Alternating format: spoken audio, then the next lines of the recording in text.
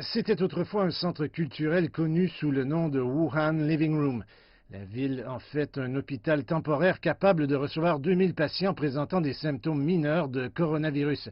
Le personnel médical est réparti en 4 équipes, 6 heures de travail chacune, 24 heures sur 24 et 7 jours sur 7.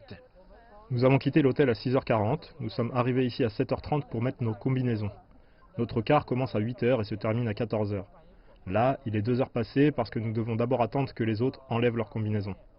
Les experts de santé disent qu'il n'y a pas de risque d'infection croisée entre les patients, mais pour le personnel médical qui s'occupe d'au moins 600 patients dans ces zones, doit prendre les précautions appropriées.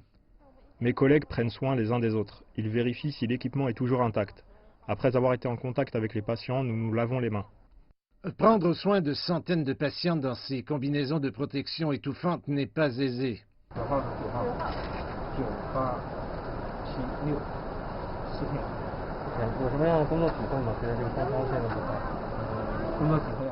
Nous prenons soin des patients présentant des symptômes bénins.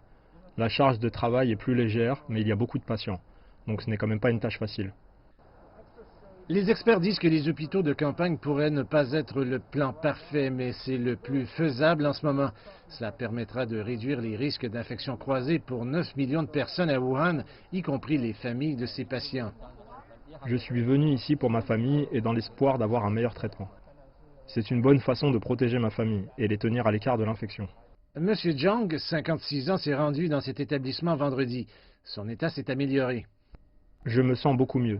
Je n'ai pas eu de grosse fièvre depuis des jours, même si je peux encore en avoir de petites. En sortant, j'ai entendu la conversation d'une patiente avec sa famille. La quinquagénaire dit avoir de la chance d'être ici. Au début, j'ai été choquée d'apprendre le diagnostic. J'ai été terrifiée et j'ai pleuré toute la nuit. Puis je suis venue ici et j'ai rencontré les autres patients. Le personnel nous a bien traités. Je me sens beaucoup plus en sécurité et je pense que nous allons vivre.